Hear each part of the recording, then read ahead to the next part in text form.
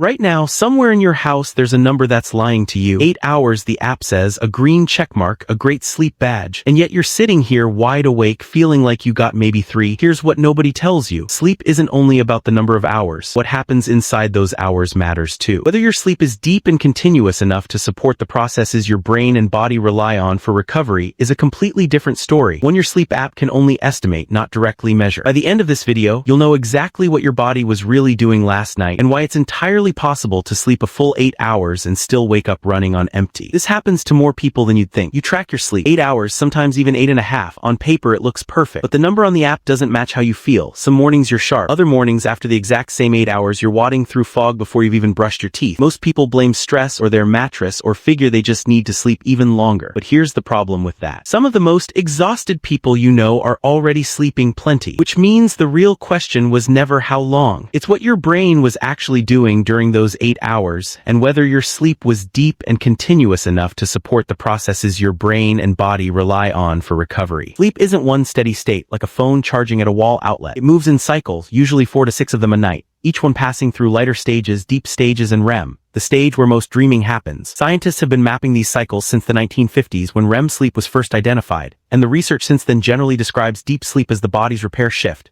and REM as the brain's filing system, sorting through the day's memories and emotions. And this is where things start to go wrong in 2 completely different ways, one at the start of the night and one at the end. The first happens before you even fall asleep. Stress and mental arousal before bed, along with bright light and a mind that's still active, can interfere with the transition into sleep and may affect sleep quality through the rest of the night. So your body was resting, but it may have been spending more time in lighter sleep and less time in deep sleep, which plays an important role in physical and mental restoration. Think about Daniel, a 31-year-old software developer. He prides himself on his sleep schedule, in bed by 11, up at 7 every single day. By the numbers, he's doing everything right, but most mornings he feels like he's running on half a battery. Here's what's actually happening. Daniel checks his phone right up until the light goes off, and his mind is still cycling through half-finished work thoughts as he drifts to sleep. His mind is still highly engaged when he's trying to fall asleep, which can make it harder for his body to fully settle into sleep. The result isn't that Daniel fails to fall asleep, it's that his body may take longer to reach the deep stage and spend less total time there once it arrives. Daniel gets his 8 hours. The quality of those 8 hours may not be giving him the same restorative sleep he needs. Now here's the second way this goes wrong at the opposite end of the night. REM sleep isn't spread evenly across those 8 hours. REM periods tend to become longer and more frequent as the night progresses, especially toward morning. Your earlier cycles tend to contain more deep sleep,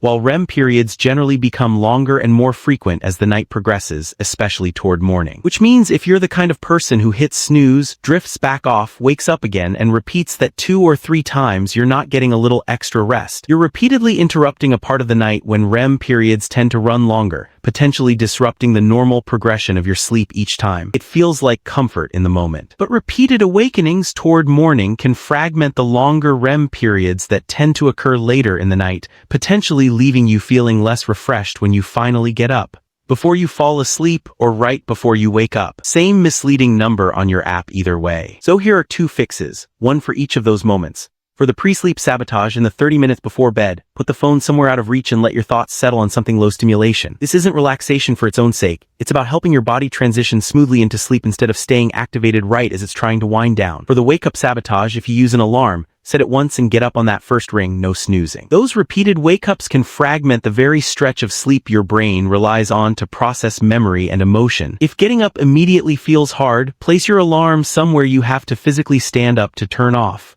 2 different problems, 2 different fixes, neither one requires sleeping a single extra hour. Here's what we've uncovered. Feeling exhausted after 8 hours of sleep isn't a contradiction, and it isn't a sign that something is wrong with you. Sleep isn't only measured in hours. The quality, timing, and continuity of those hours matter too. Stress and mental arousal before bed can interfere with the transition into sleep and may affect sleep quality.